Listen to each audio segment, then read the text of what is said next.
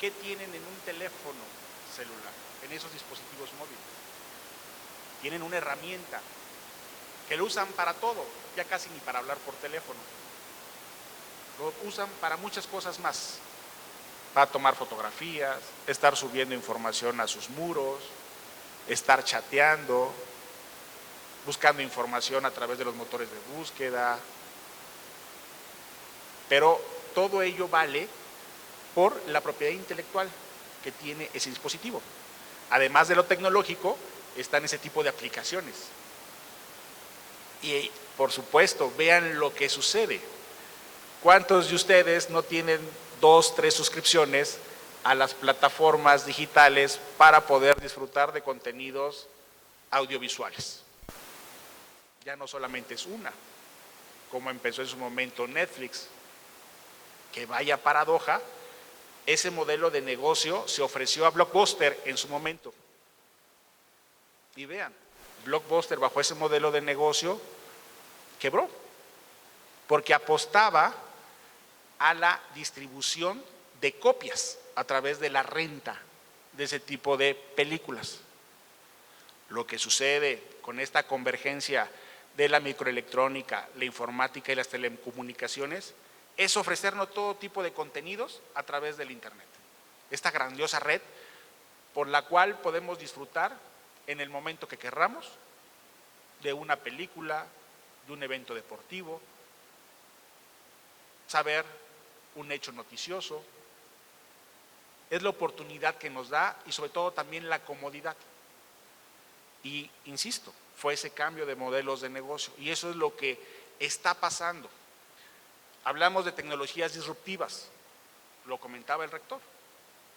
Se habla hoy día de la inteligencia artificial, el metaverso, los NFTs o los NFTs, esos no fungible tokens, que en el arte digital están en boga, están de moda. Es increíble saber que una imagen, una JPEG, se subastó en una gran cantidad de dinero y hablamos solamente de una imagen digital que está protegida a través de ese tipo de tecnologías, sobre todo para garantizarle a aquella persona que está adquiriendo esa imagen digital de que adquiere, por así decirlo, el original, la primera imagen, porque ustedes bien saben, imagínense un meme, cómo circula por todos lados y cómo saber cuál es el primer meme que se genera o el primer GIF. Eso te lo da ese tipo de tecnologías y de ahí el valor que esto tiene. Así como lo que ocurre con las grandes obras artísticas, al tener una escultura, al tener un lienzo, que ahí se funde la obra artística con el soporte. Aquí la situación es en el ámbito digital, por la facilidad, la desmaterialización de ese tipo de obras, pues luego no sabríamos distinguir entre lo que es el original y una copia digital. Y eso es lo que está pasando y eso es lo que está ocurriendo y de ahí la necesidad de voltear al ámbito universitario, a esta grandiosa comunidad. ¿Cómo vamos a gestionar y administrar esos derechos de propiedad intelectual? A mí, si me lo permiten, podría poner 3 grandes rubros para poder dejar claro, mediante este esquema, cómo hacer esta administración. Por un lado, la parte de la creatividad. Y en esa creatividad entran alumnos, entran profesores, académicos, investigadores. Entran, por supuesto, todas aquellas personas que trabajan en los distintos departamentos de la universidad. Y por ello es muy importante tener presente las relaciones laborales.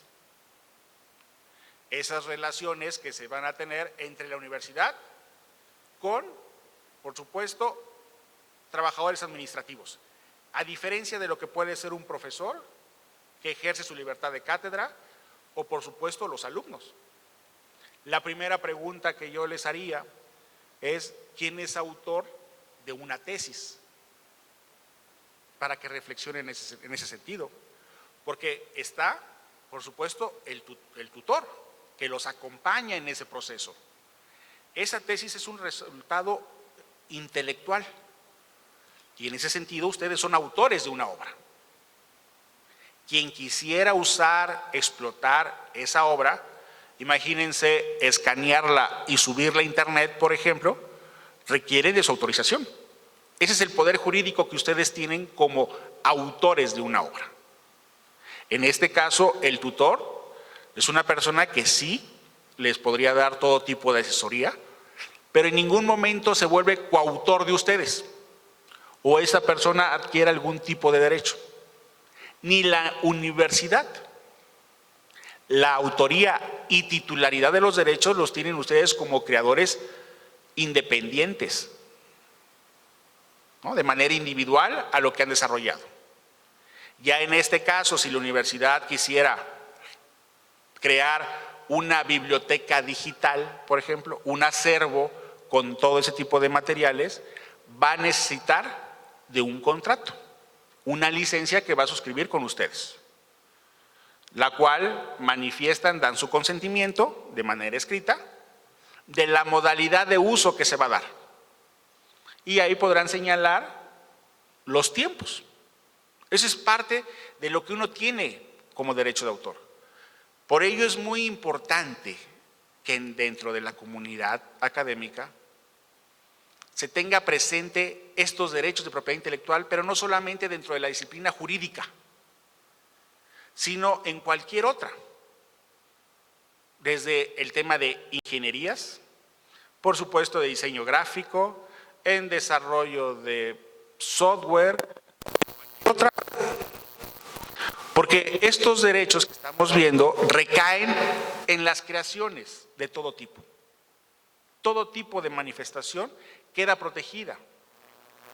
Es muy importante saber que existen diversas figuras y por eso en un plan de estudio amplio, imagínense no que quede como una materia optativa y no solamente, insisto, en derecho, sino tendría que ser transversal en cada una de las distintas disciplinas, ver esos temas de propiedad intelectual, porque hablamos de patentes de invención. ¿Qué se patenta? Comúnmente escucho hablar, es que voy a patentar un libro, lo cual es incorrecto, porque un libro no se patenta.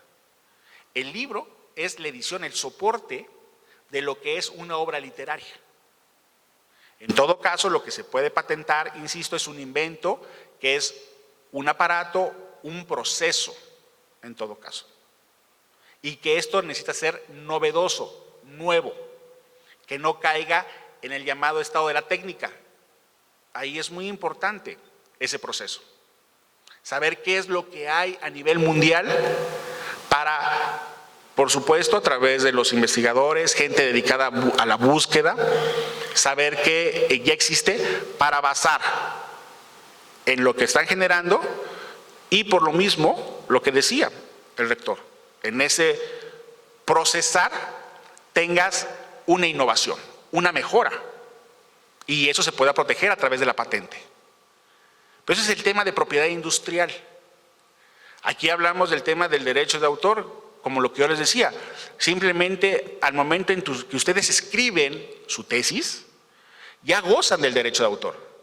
En el momento en que ustedes dirigen una carta a cualquier persona, en el momento en que escriben un poema, en el momento en que ustedes toman una fotografía, son autores de ese resultado, lo que se constituye como una obra. Aquí lo importante es, independientemente a que se me reconozca y tenga ese derecho, ¿qué va a pasar con ese material, con esa creación? ¿La voy a ofrecer a un tercero? ¿Voy a lucrar con ello? Y ese es el poder jurídico que te da el derecho de autor, para que tú dispongas el momento en que quieras, cuándo, cómo y dónde se pueda usar o explotar esa creación. Y por lo mismo es muy importante que eso lo sepa un ingeniero que lo sepa una persona dedicada al arte, porque entramos al ámbito del mercado. Habrá terceros que insistan, quieran, les interese explotar eso que ustedes han creado. ¿Y qué va a buscar? Adquirir los derechos. ¿Qué es lo que comúnmente buscan? Comprar los derechos. Posiblemente alguien que ha creado una primera obra está feliz de que les vayan a pagar una gran cantidad de dinero. Y resulta que en esa negociación, en esa cesión de derechos, se fija una sola cantidad. Posiblemente al principio lo vean como un gran negocio. Pero en el transcurso del tiempo sea uno de los peores negocios que hayan ustedes generado. Porque déjenme decirle que la parte patrimonial económica con base en el derecho de autor dura vida autor más 100 años después de su muerte. Uno nunca sabe cuál va a ser el éxito de su creación. Posiblemente ustedes generan una pequeña novela, un cuento corto, y lo hacen para pasar su materia, por así decirlo. Y con eso consideran que ya lograron, triunfaron con ello. Pero es posible que el éxito venga después, porque una editorial se interese en eso que han generado y, por supuesto, quiera suscribir un contrato de edición con ustedes para poderlo explotar. Y uno no sabría si de ellos se derivan personajes como lo que ustedes vieron, como el caso de la abeja, y que a raíz de ese personaje se pueda, ¿por qué no desarrollar una historieta, una película, una serie de televisión, todo un merchandising alrededor de ello? Por eso hay que asegurar los derechos y hay que tener mucho cuidado en no cederlos. El éxito de Bill Gates con Microsoft fue no vender los derechos que tuvo del desarrollo de su programa de cómputo, sino fue dar licencias. Y hay una gran diferencia entre suscribir un contrato de licencia a un contrato de cesión de derechos. Porque desafortunadamente en una cesión de derechos te desprendes de ellos y ahora otra persona los adquiere. Ustedes ven el manejo que se da con muchos personajes de Marvel, DC Comics y todos ellos. Vean la manera en cómo J.K. Rowling ha podido administrar parte de sus derechos del personaje de Harry Potter. Todo lo que hay alrededor de ello. Sí, por supuesto, primero fue la obra literaria, pero le generó mucho mayores ingresos la negociación que llevó a cabo con Warner para la saga que se generó. Pero ahora viene algo más importante, con la precuela que se está haciendo de cada uno de ellos, o si generas un spin-off, ¿cómo van a manejar esos derechos? ¿Quién va a escribir sobre esos personajes? A raíz de los perfiles que han quedado descritos en las obras literarias. Por ello es muy importante conocer estos derechos de propiedad intelectual e insisto, podemos hablar que dentro de la parte creativa, dentro de una universidad, entra el tema de incubadoras cuando hablamos de aspectos tecnológicos, prácticos, pero no hay que dejar de lado todo lo demás. Insisto, dentro de las distintas artes que se generan y que lo pueden hacer tanto al interior de la universidad o fuera de ella, pero que ustedes estén preparados, que tengan conocimiento, que haya un acompañamiento, ¿por qué no de la universidad? Que se acerquen a su propia universidad, que sepan que hay un departamento de propiedad intelectual que los puede ayudar. Eso es un aspecto muy importante que debe de quedar sentado en la universidad y sé que en esta universidad lo hacen. La promoción, la difusión, como lo que estamos haciendo para tomar conciencia, es vital. Socializar lo que son estos derechos de propiedad intelectual. ¿Cuál es el alcance que tengo? Porque no sabemos quién de ustedes va a poder, ¿por qué no?, tener un gran éxito con ese manejo de derechos de propiedad intelectual de lo que generen. Habrá, por supuesto, aquí alguien que puede escribir una gran novela, o ser un gran pintor o escultor, o programador, generar una aplicación que funcione. Pero, insisto, es vital saber con qué derechos cuento, bajo qué figuras puedo proteger esto que yo he generado. Eso es por un lado. Por otro, el tema de usuarios. Y ahí como usuarios, pues entramos todos. Con esta gran oferta que tenemos de todos los días, a todas horas, en cualquier momento, pues usamos obras. Podemos usar obras dentro del ámbito personal, sin ningún problema. Aquí la situación es, imagínense que a través de la universidad se les ofrezca a ustedes, no sé, una exhibición de una película. Es parte de las licencias que tiene que gestionar la universidad para hacerlo posible. En estos casos, como usuarios, hay que observar el hacer un uso legal de esa obra, de ese contenido. Nosotros somos usuarios, suscribimos licencias cuando somos suscriptores de las plataformas digitales, cuando nos están ofreciendo todo tipo de contenidos, a diferencia de lo que es una exhibición pública en una sala de cine. Para que ese exhibidor lo haga, tiene suscrita una licencia. Para que nosotros lo podamos disfrutar y tener acceso a las plataformas, ya ven que ahora es bajo una suscripción y ya tú sabrás si puedes maratonear o no una serie y echártela en un fin de semana, queda decisión tuya, pero tú pagas, imagínense este modelo de negocio, un solo pago fijo cada mes como suscriptor. Y te ofrecen todo ese tipo de contenidos que hoy día está una gran competencia, porque hay contenidos desde películas, series, pero también eventos deportivos, que hoy va a haber un gran partido. ¿Y por dónde lo van a poder disfrutar? HBO Max es quien adquirió las licencias en exclusiva para poder ofrecer a sus suscriptores el partido del Real Madrid-Manchester City.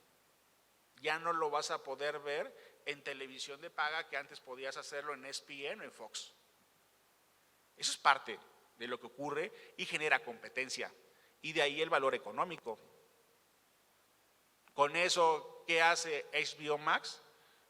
Pues generar mayores suscriptores, quienes sean seguidores de la Champions League, por ejemplo. Eso es lo que ocurre y eso es lo que pasa. Por eso es importante, insisto, como usuario saber en dónde estás. Porque ¿qué ocurre con estas plataformas que de manera ilegal, ustedes sabrán que hay varias, ¿no? Recientemente Roja Directa acaba de ser sancionada, pero bien lo saben, agarran un motor de búsqueda, ponen el partido y les van a salir varios resultados donde lo pueden ver de manera gratuita. Y esa es una situación que ocurre en el entorno digital. ¿Qué puede hacer la UEFA para impedir esa situación de que se estén ofreciendo señales piratas donde se pueda acceder al evento deportivo? Y aquí, ¿a quién afecta? ¿A la UEFA o a HBO Max? Sería a HBO Max, porque HBO Max hizo un gran pago para tener la exclusividad en México. Pero eso no se le está ofreciendo porque, insisto, cualquiera de nosotros, si vas a ese motor de búsqueda, podrás encontrar, no quiero decir cuáles, no quiero fomentar, pero pues hay varias, y eso le afecta a HBO Max. Por lo tanto, es muy importante saber si aquí en México se protegen o no las señales de televisión de eventos deportivos. Porque cuando hablamos de un evento deportivo, por más grandioso que este sea, por la gran jugada de Cristiano Ronaldo o Lionel Messi, no es una obra. No hablamos de una obra artística, como podría ser una representación teatral derivada de una obra dramática. Es un evento deportivo, ¿no? Como podría ser un mero hecho que en sí mismo no está protegido por el derecho de autor. Aquí estamos hablando, insisto, de la señal que se emite, como puede ser, insisto, una pelea de box, una carrera de autos. Entonces son situaciones que también hay que observar. Y por lo mismo, insisto, yo que quiero ser usuario, tengo que saber qué necesito para hacer un uso legal de ese tipo de contenidos.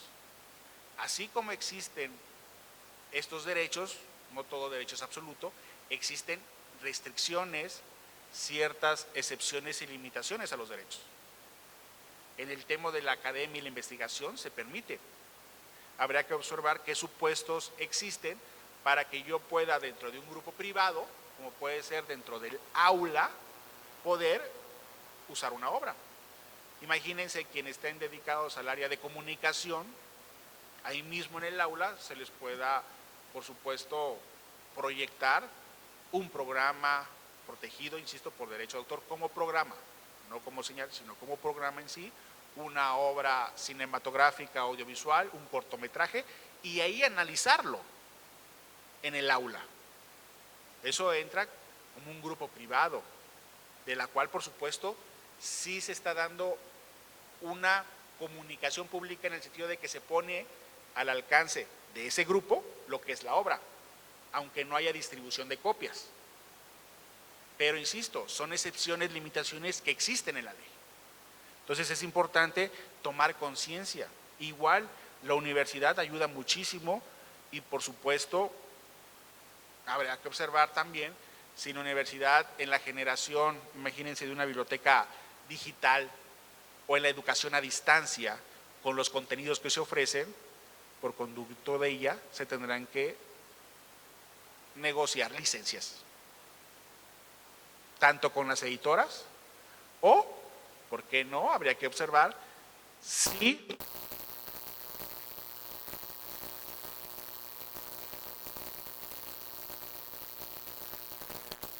imagínense si ustedes tienen un negocio en el cual usan música como una atracción adicional al negocio que tienen de restaurante. Habrán sociedades de gestión colectiva que van a llegar a cobrar, a negociar, porque se está usando música, obra musical, y ahí hay una protección por el compositor. Pero a su vez está el derecho con intérprete, cantante, los músicos y de la producción del fonograma, que es esa grabación sonora que se puede estar comunicando, utilizando dentro de ese establecimiento mercantil como parte del negocio. Y son estas sociedades de gestión colectiva que van y recaudan.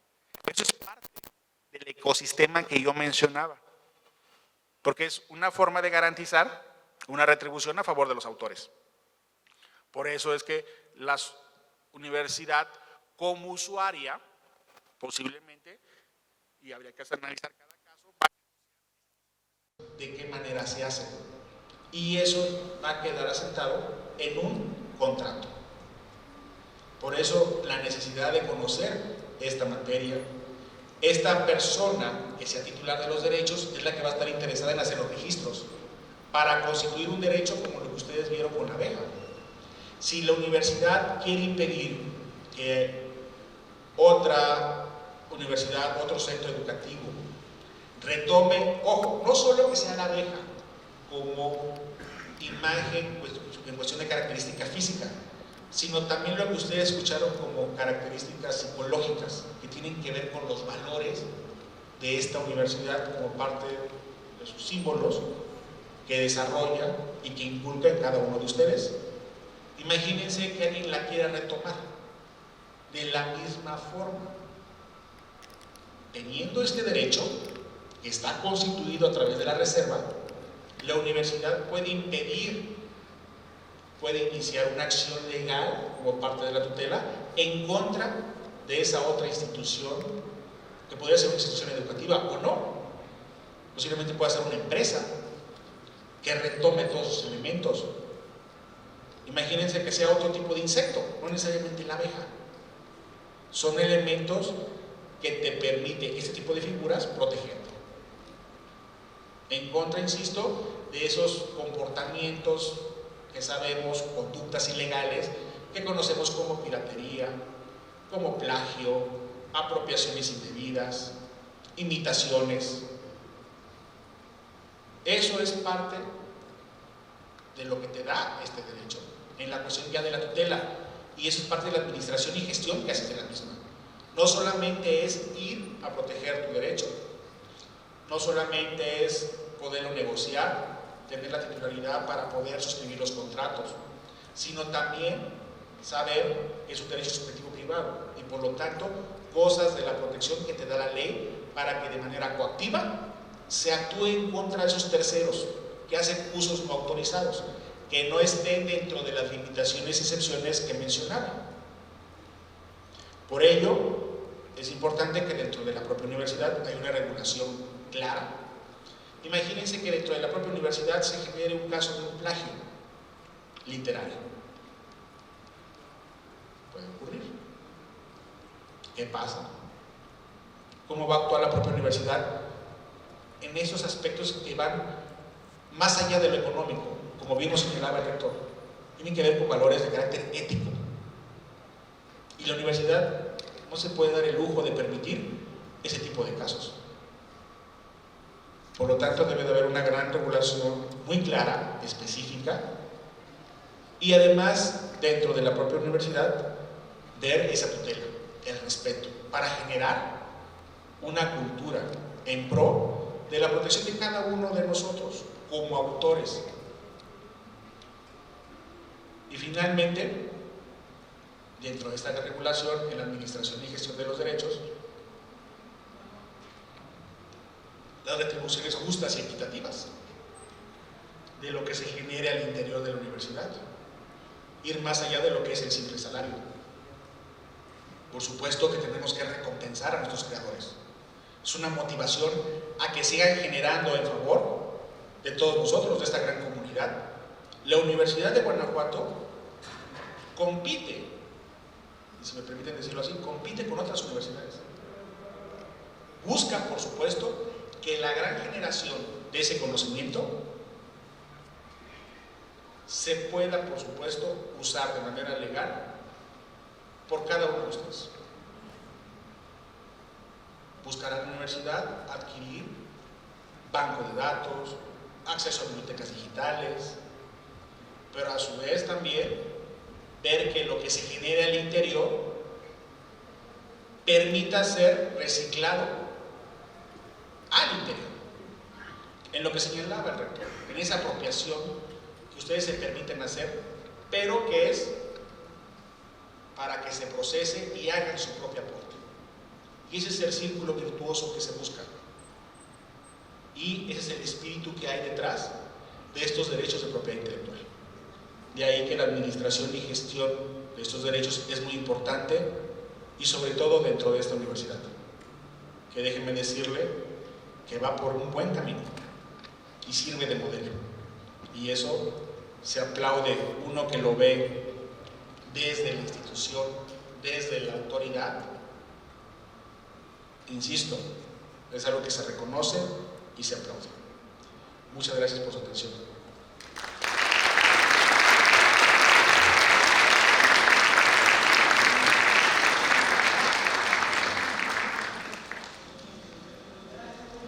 Es así como llegamos al término de esta conferencia magistral a cargo del maestro Marco Antonio Morales Montes. Solicitamos a la abogada general de la Universidad de Guanajuato, maestra Iliana Alejandra Bernardino Cruz, haga entrega del reconocimiento de participación al maestro Marco Antonio Morales Montes.